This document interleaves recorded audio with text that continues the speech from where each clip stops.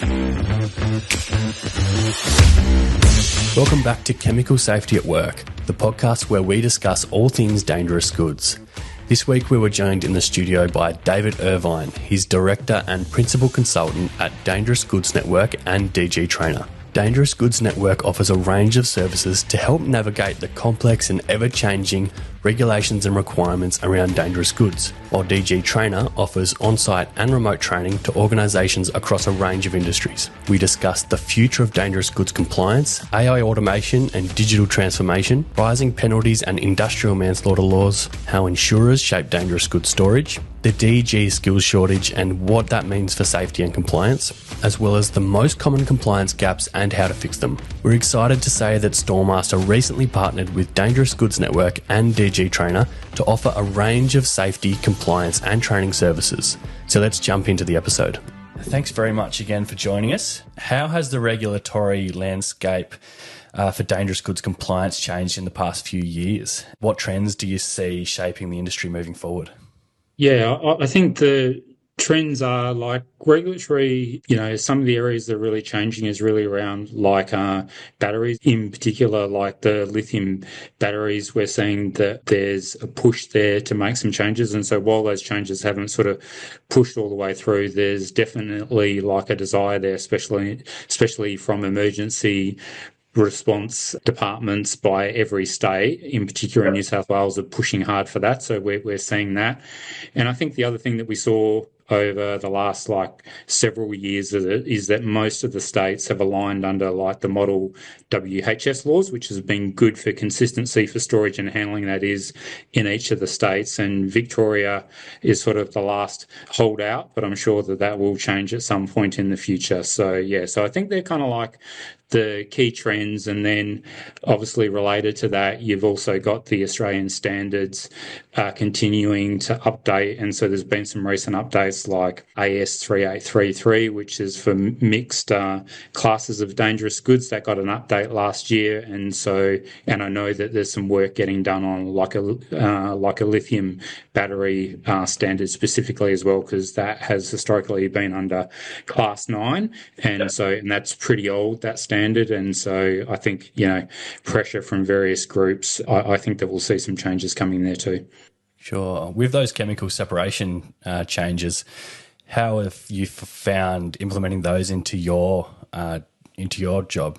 I think overall it's been fine. I think it depends on the nature of the business that we're working with and, the complexity that they have and also the maturity that they have when it comes to the compliance. So it's sort of really like a case-by-case basis. And I think that, similar to other guests that you've had on the podcast as well, we see the whole range of, from people that have no awareness at all and they only know after WorkSafe or the regulator rocks up, to other ones where they're pretty mature and they just need a bit of fine tuning. So I think it sort of depends on the complexity and the maturity of the customers. But I think in general, we understand it quite well. And then so it's just working with the customers to implement the right solution for them.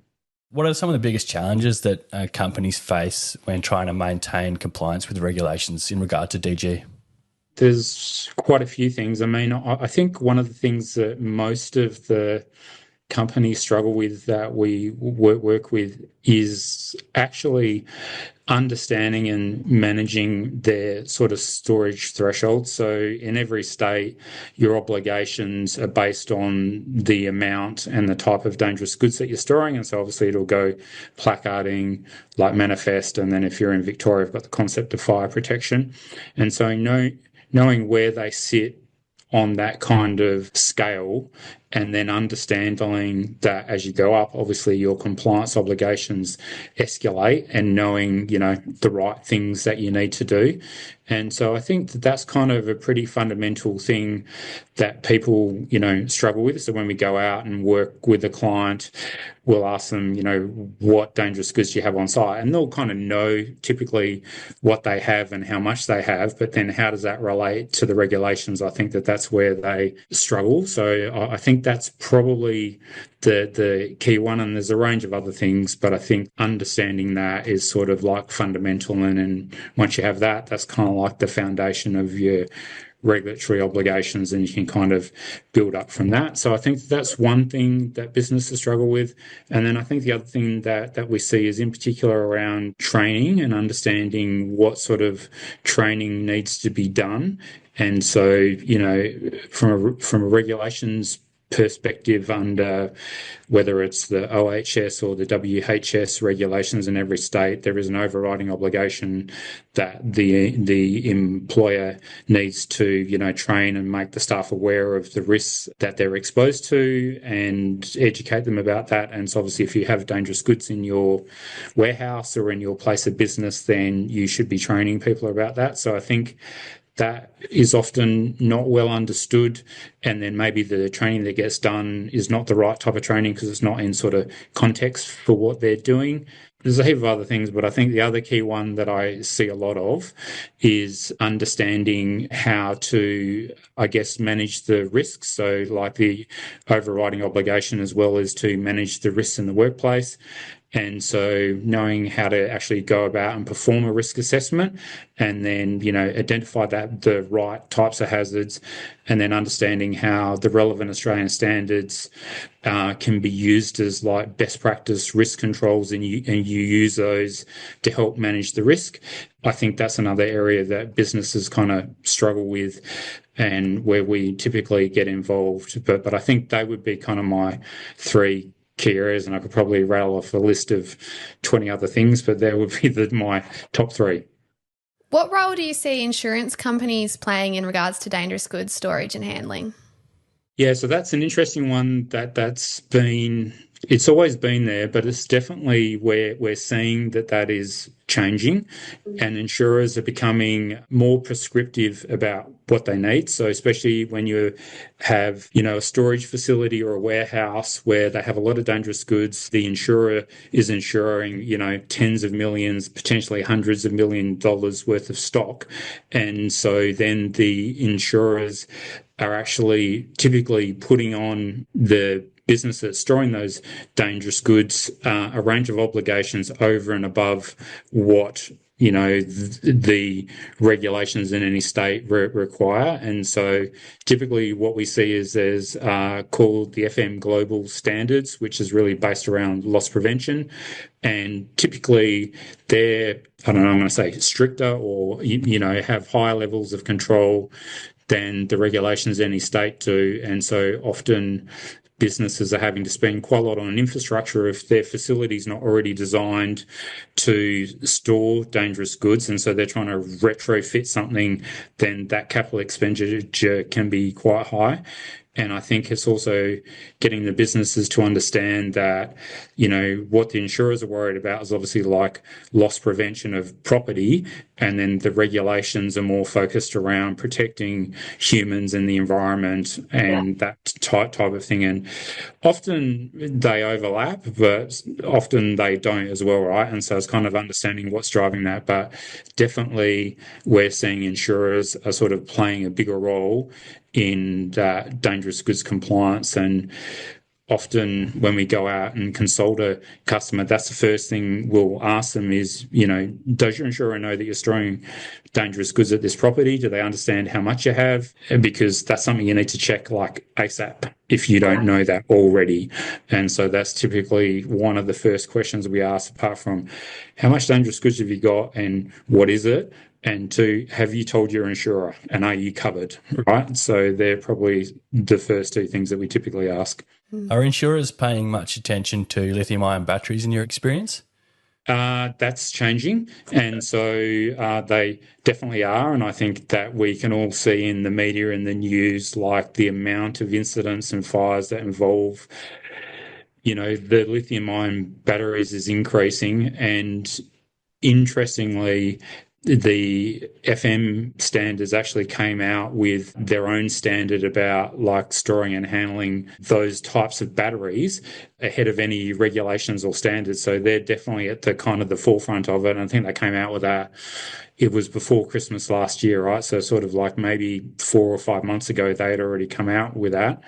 And I think that they can see that from a loss prevention, it's really risky because when like a lithium ion battery fire starts, then you've got that whole like thermal, like runaway, it propagates to the other batteries. And once those fires start, using conventional methods to extinguish them just literally doesn't work, right? And you kind of need to let the fire burn out. And obviously the fire departments are focused on, making sure everyone's out of the building, making sure the fire doesn't spread to surrounding properties.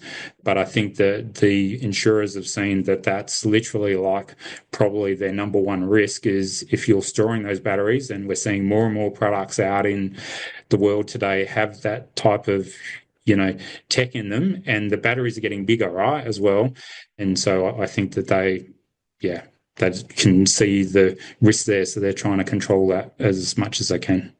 With industrial manslaughter laws and higher penalties in place, how do you see liability changing for businesses handling dangerous goods?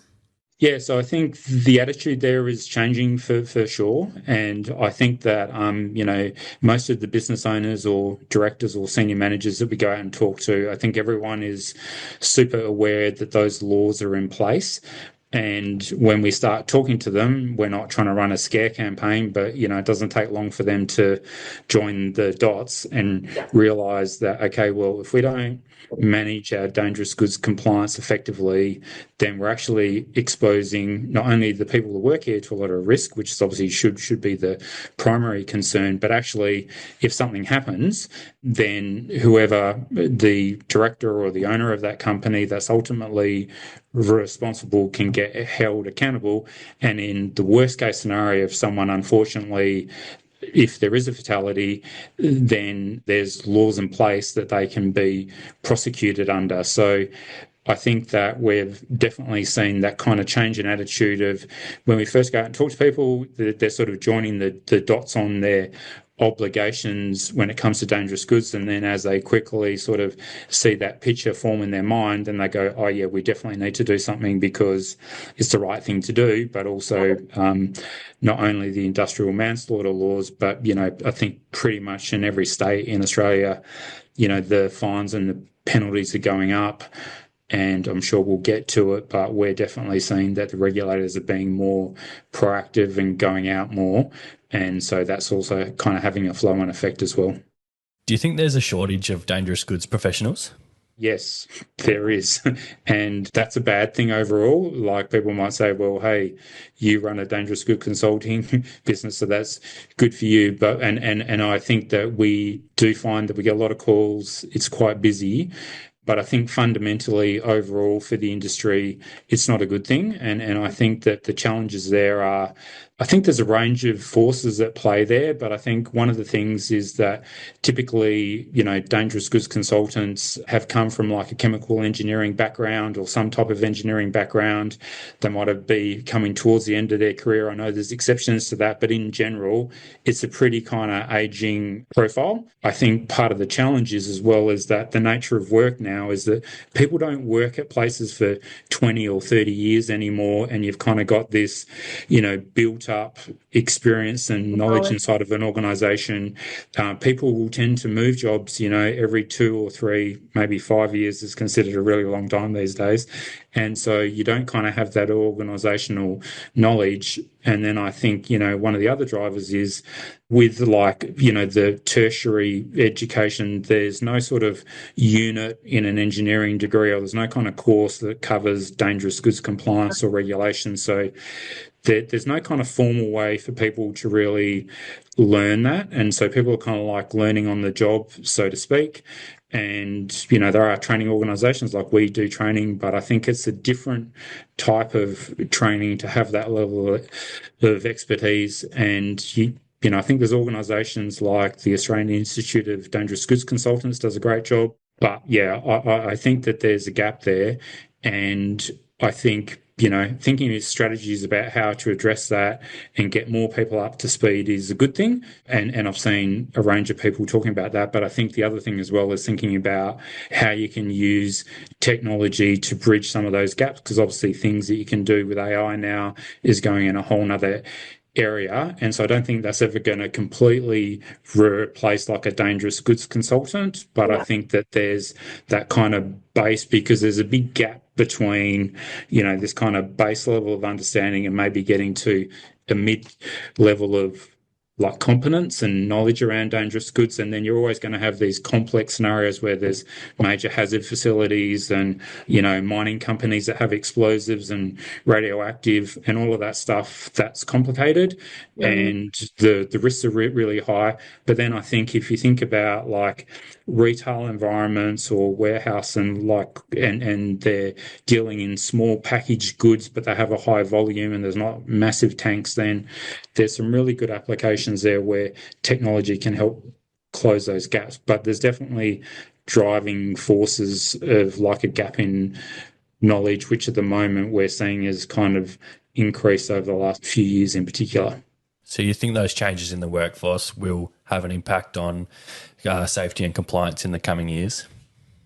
I think that it ultimately will, but I think that what we're seeing is it's kind of like opposing things happening there. Like the regulators are more proactive, so I think that that's a good thing. So I think that's sort of driving some of the compliance behaviours, and I think that the awareness, because of what's happening with like you see in the news and the media, if there's fires, or explosions that are fueled by dangerous goods, that I think the awareness is there. And then, as we were talking about before with, the industrial manslaughter laws and increased penalties. So I think that we can see that the awareness is going up, and with the regulators being more proactive, new regulations coming out to address, I think that we'll see that the compliance will improve.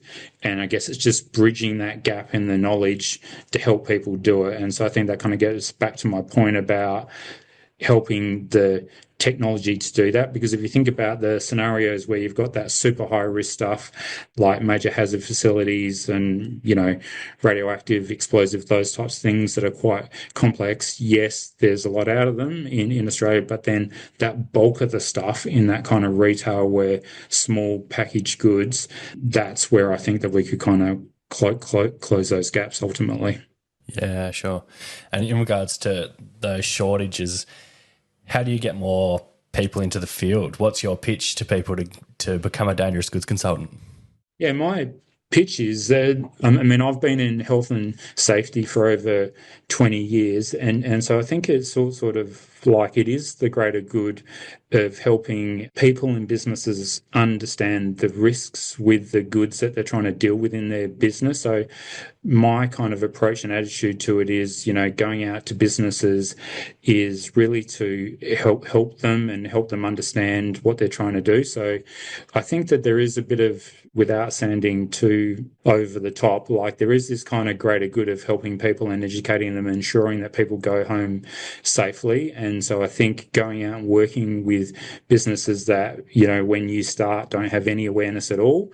And for me, helping them comply with the regulations is important because they want to do that as a business. But for me, it's more about, ensuring that people go home safely, they understand the risks, and so they can control that. And then I think, as we're seeing in society today, there's a bigger push around like the environment and like ESG.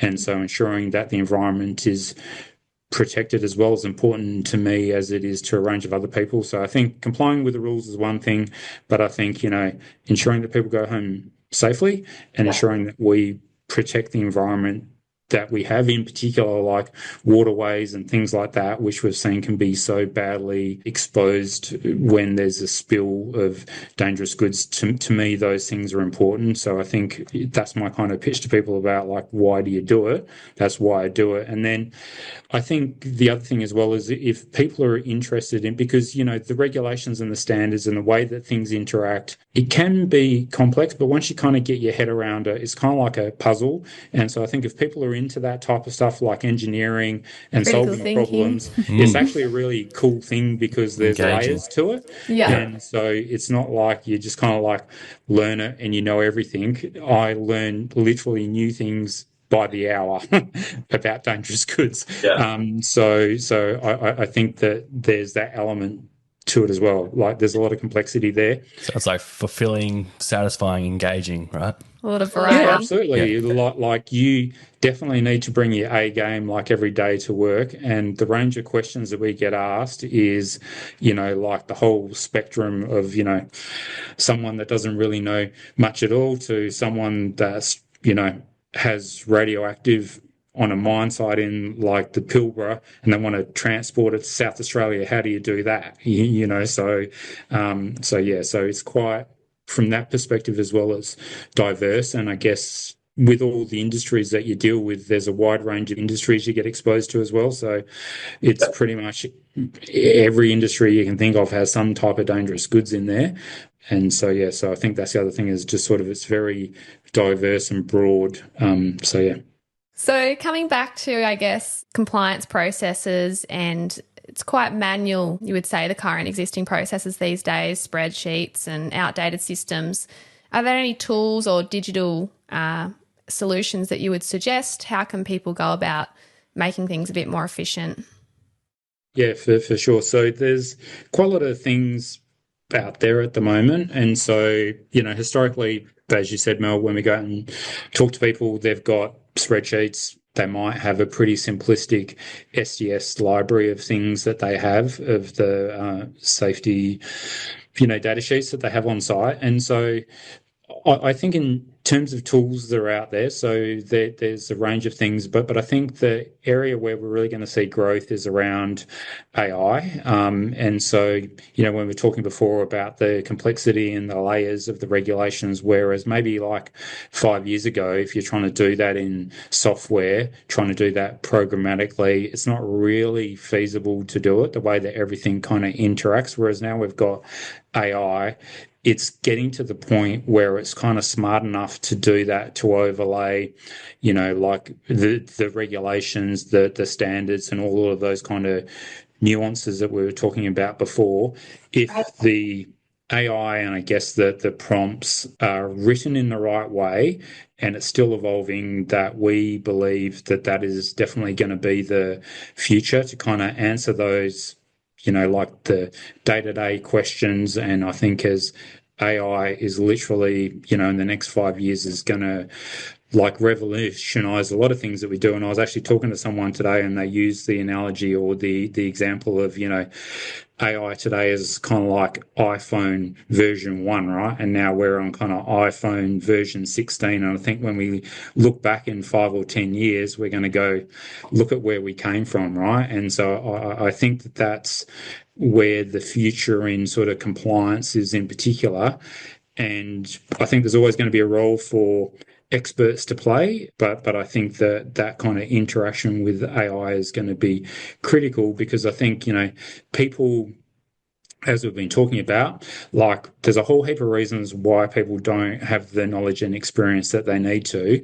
And what we're seeing with businesses as well is that, they're storing more and more dangerous goods for a whole heap of reasons. Like post-COVID, there was definitely a spike of like stockpiling things because people were worried that like the supply chain broke down, and maybe that's starting to calm down a bit now. But I think there are more and more dangerous goods, in particular, like, with batteries and things like that we've been talking about, like that's not going to change. And so it comes back to people, have the dangerous goods, they're storing more, the regulations are getting more complicated and people need to make decisions in real time. And I think that what we see is people lack the confidence to make those decisions as well. And so I think with AI, that's going to be a good first level for people to get the answers and also to do things like what if type scenarios. So once someone gets compliant and they might say, hey, we want to try and enter a new market, or, we can see that if we imported like ethanol from China, we can get it 20% cheaper than if we bought it locally, and we want to start doing that. What does that do to our compliance obligations? What are the rules that we need to comply with and all that stuff? And if you just go and sort of put those things into ChatGPT or like some large language model, then you're definitely going to get like the answers aren't going to necessarily be the right answers. And so I think that's where it gets back to AI is great, but the model that gets used and the prompts behind it and the logic and the expertise that you need that to ensure that you get a greater accuracy on your answers. So that's a bit of a long-winded answer, but I think that that's kind of where we see it going, is definitely AI is where it's going to be at. But it's got to be done in the right way. And I think over time, it will become more and more accurate as well, as long as those models get trained properly, if that makes sense. So, yeah, what are some of the most commonplace compliance gaps you see when working with organisations, and how can they be addressed? Yeah, so I think we've kind of touched on a few of them already, but I think that sort of understanding what dangerous goods a company has on site, and then understanding the amount and type that they have and where that sits according to their storage threshold, which then, drives their compliance obligations. So that's probably number one. Number two is definitely like the training and being aware of what type of training and having the right training in the right context. I think the other thing that people kind of struggle with as well is like segregation and understanding, trying to read a segregation matrix while, if you don't look at that all the time, that can be hard to read. And so I think understanding what that is. And then I think some of the other things as well that people kind of, I don't know, struggle with, but where we see gaps as well is disposing of like dangerous goods or containers that have had dangerous goods in them, and knowing what's the right way to do that. And so we've seen examples where customers, and this is a good example, it's a bad example, but it's a good example to make my point. They had bins that were dedicated to put waste in, but what they were doing was they were putting aerosols that had been impacted in some way, and then they had sort of flammable liquid containers that were empty, or sometimes they might have had a little bit in them, and they're putting them all in the same bin, sort of throwing things in there and shutting the lid, and basically creating like an explosive atmosphere, right? And so it's those types of things about getting them to think about, okay, well, you shouldn't put those things in the same bin when you're looking to dispose it. So I think that is something that we see as well. And then I think, the other thing that I touched on before is sort of like the risk assessments, knowing how to go out and do that.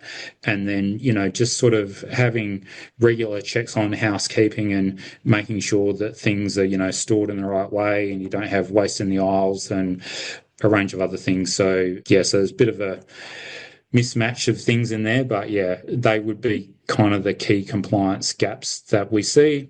And then probably the other one is people have typically got an emergency plan. They have an emergency plan in place, but if they don't kind of understand the dangerous goods compliance, maybe it's lacking that focus on having things in there if there's a spill or if there's a fire that's involved dangerous goods. Yeah, that would probably be the main things. And there's a few small things like, people might have spill kits, but then they haven't gone and read the SDS to understand, well, what's the recommended PPE to deal with this if there is a spill.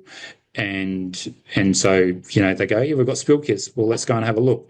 Okay, you go and look at what's in the spill kit, and then go, well, let's look at the SDSs for the stuff that you're storing, going, well, these two things don't match, right? You've got a gap in the PPE stuff that you've got. So I think the other one, it kind of ties back to the compliance obligations, just knowing when they need to notify the regulator, based on how much they've got, and when you've got to, get written advice from fire rescue if you're over a particular amount, or you're going to make changes and things like that.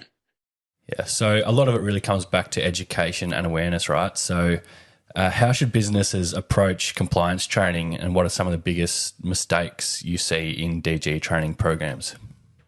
Yeah, so I think the key things with training, as I've already talked about a few times, obviously there's like a legal requirement there to do it, and then to also to track that it's been done, and so who's done what training, and then sort of ensure that people also get a top up or like a refresher of that training on a regular basis, whether that's annually or every 2 years. Because I think once we see a lot, oh, we trained those people 5 years ago. Well, one is the dangerous goods you're storing 5 years ago, does that relate to what you're doing today? And then really, we need to keep people up to date because regulations change and things like that. So I think that there's that component. I think the other thing is to make the training relevant in the context in terms of the tasks and the activities that the staff are doing on site, and then also relating to the dangerous goods that you actually have on site as well. So when we will go out and run training, typically we'll ask for, what's your business? What do you do? What are the dangerous goods that you store? So then you can adjust the course and have real world examples that relate to what they're actually doing on site. And then I think, the other thing ultimately is, well-trained employees can help you manage the overall risk of the business. So I think that we see that once we train people and we, let them know about the risks and we basically enlighten them, that then they're sort of your first line of really, defense in sort of ensuring that nothing ever escalates. So things don't escalate to the point where there is an explosion or a fire, because people are aware of all those things I was talking about. And so your staff are your first line of defense in helping prevent the incidents happen in the first place. So I think they're the key things. And then I think the other thing to think about as well is, given the profile of your workforce and their level of skill and knowledge as it comes to dangerous goods, in some scenarios, going out and doing things face to face are going to be better if it's a high risk activity, or if the people, that the staff don't really know anything about dangerous goods and you need to do some hands-on things, and doing that face-to-face is better. And then there's some scenarios where doing it remote over Zoom or some other tech like that also works. And if you're trying to educate or train, you've got offices all over Australia, for argument's sake, we'll often do that, and you'll have people dialing in from different places, so that will work as well. So how do you see the role of regulators evolving, and do you think they'll move towards more of a proactive enforcement rather than responding to incidents? Yeah, so I think our experience is that is already occurring. Here in Victoria in particular, we're seeing pretty much weekly we're going out and doing site assessments, and in probably 50% of the cases, WorkSafe has already been out there and the company has been issued improvement notices, or they've been issued a prohibition notice, which means you have to stop doing that activity like right now. And so I think that's already occurring. And I think that the challenge for businesses is that if you're not proactively managing your dangerous good compliance, you get the regulator come out and you get an improvement notice, then you're on their timeline, right? So they give you a date of when things need to be in place. Depending on the nature of it, it's typically you have weeks to address whatever the improvement notice is that they've issued. And then so worst case scenario is that they can shut you down, right? So I think that it's already happening. We see it every week, and definitely more prevalent here in Victoria. And I know it's the same in other states because we do things in other states as well. And, I think that's really driven off increase in amount of incidents, like in the examples in Victoria that come to mind are, there were the fires in, Derrimut, which were obviously one person lost their life, and that same place has caught on fire again. And that company has now gone into liquidation, and they're currently still under investigation by WorkSafe and by EPA. So that's not done yet. And then there was actually a fire with a warehouse that was storing the lithium-ion batteries, and that was only about 1K away from where my house is, and that was literally like 6 weeks ago or even less. So I think that those incidents are sort of driving the regulator to be more proactive, and so yeah, we're just seeing that there's a definite sort of change there. Yeah, good. And what industries do you think will be the most impacted by changes in dangerous goods regulation over the next decade? Good question. I think that it's going to be, ultimately it's going to be all industries. I think it's the ones that are going to feel it the most, so the more mature industries like mining and oil and gas and those businesses that have always stored and handled dangerous goods, they've in general have it under control. And then I think the ones where it's going to impact the most are the ones where they're breaking into new industry verticals that they haven't been in before. And so they start, storing and handling dangerous goods for the first time, or the quantities that they're doing are increasing significantly. And then they're only just becoming aware that, there's actually regulations that we need to comply with.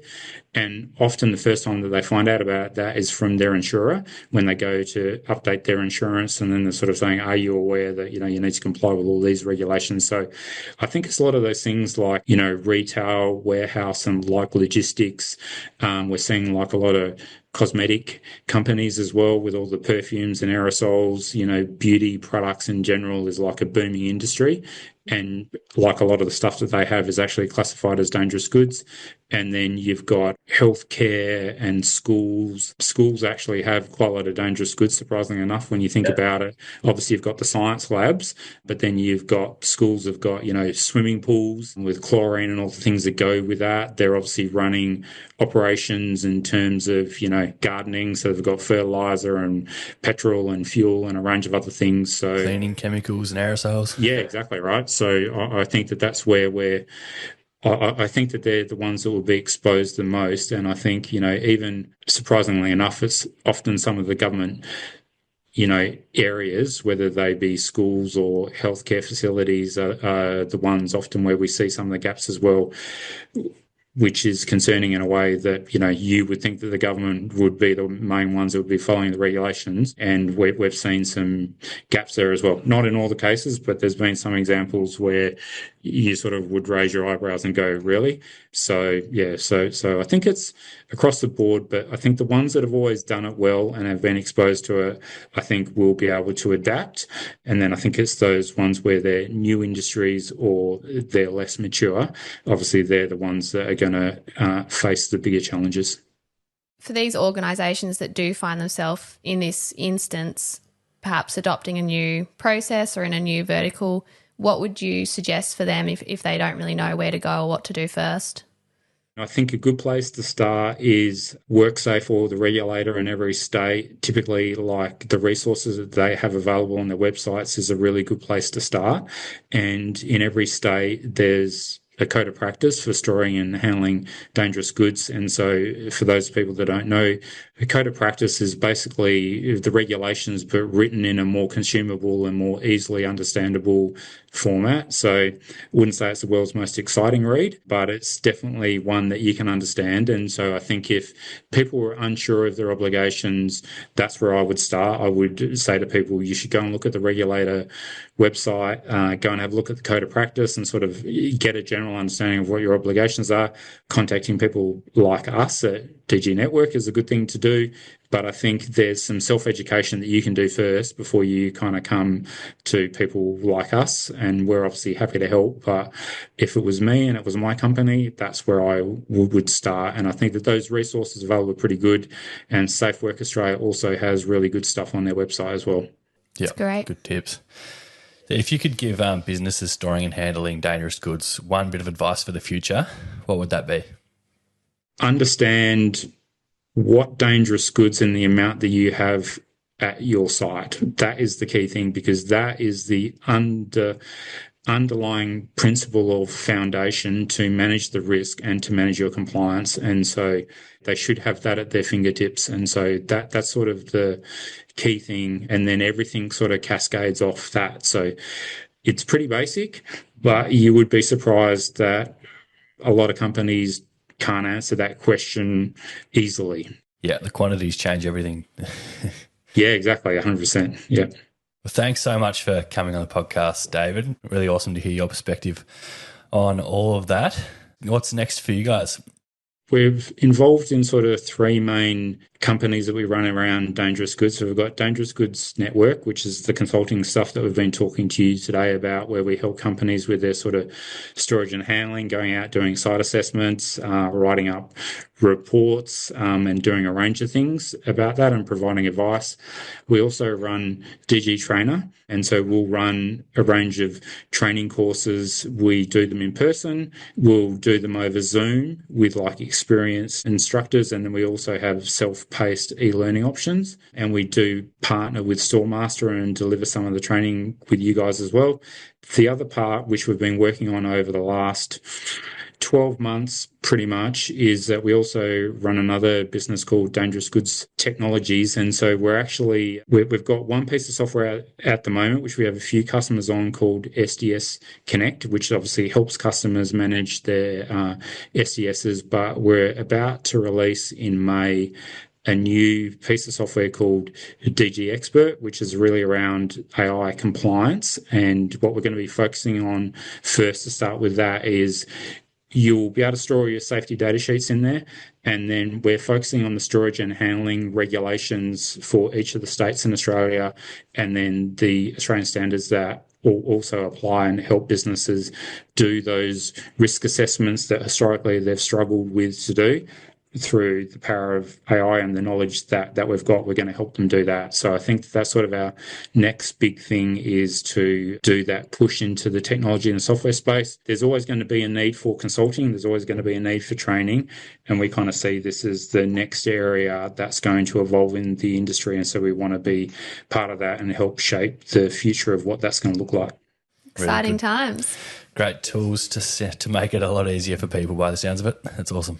Yeah, exactly right. And I think that the whole concept behind it and why we called it, DG Expert, is really that you don't need to be an expert, right? Like a non-expert can sort of get those answers to the questions. And so, yeah, I think that's sort of the key thing that we're looking to do, because, the reality of like the majority of questions that we're answering, we're helping people things to do. A lot of that can be done with, the tech that's out there today. And yes, there's always going to be these super complex, multiple things where we're going to need experts to do it. But we have the belief that, like the vast majority of stuff that we're doing on a storage and handling perspective, we think that tech can do that better. Thank you, David. Yeah, thanks for coming on. Appreciate it too. That's awesome.